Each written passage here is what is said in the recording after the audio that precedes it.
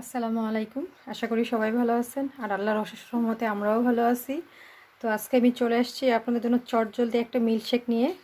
অনেক বাচ্চা আছে যারা দুধ খেতে চায় না, আবার অনেকে আছে যারা কলা খেতে চায় না। তো দুটোর সংমিশ্রণে আমি একটা মিল্কশেক বানাবো, বানানা মিল্কশেক। তো সেটা কীভাবে তৈরি করতেছি অবশ্যই দেখুন, আমার সাথে দেখলেই বুঝতে পারবেন।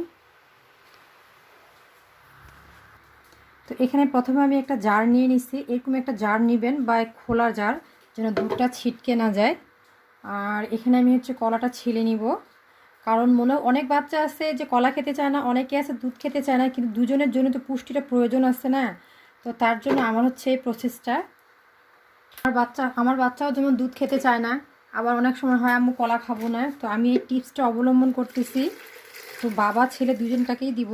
তো এটা করার পর থেকে আমি একটা জিনিস খেয়াল করছি, আলহামদুলিল্লাহ, যে আমার ছেলে এটা সুন্দর খাচ্ছে, যেটা আমার মেন হাতিয়ার। তো এটাতে আমি বিট করে নিব। এটা দিয়ে কিন্তু একটানা বিট করা যাবে না, কিছুক্ষণ পরপর বিট করতে হবে।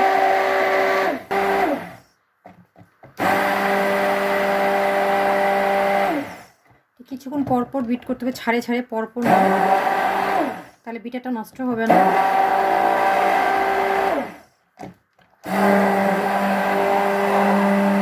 আমি এটা এমন ভালোভাবে মিক্সচার করব যাতে কলাটা আপনার কোনো অংশ না থাকে। তো এই তো আমার বিট করা হয়ে গেল। আর অবশ্যই একটা জিনিস খেয়াল রাখতে হবে, যখন বিটার মেশিনে বিট করবেন তখন আপনার এমনভাবে মিক্স করবেন যাতে কলার বিচি ছাড়া কোনো কিছুই না থাকে। আর এটা অবশ্যই কিন্তু এরকম দুধে মনে করেন যে আপনি বেশি কলা দিবেন না, তাহলে বাচ্চা বুঝে ফেলবে, খেতে চাবে না। অল্প সামান্য একটা কলা বা অর্ধেকটা কলা দিয়ে করবেন, টেস্টও হবে, পুষ্টিও হবে। তো এই তো আমি গ্লাস নিয়ে নিচ্ছি, ওয়েটলেস গ্লাস বা মগ।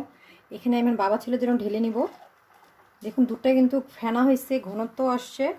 আর এটা আমার ছেলে বা আমার হাজব্যান্ড অনেক পছন্দ করে খেতে, এক নিমিষেই খেয়ে ফেলবে। একটু বেশি হয়ে গেছে। এই তো আমার রেডি হয়ে গেল 2 গ্লাস বানানা মিল্কশেক।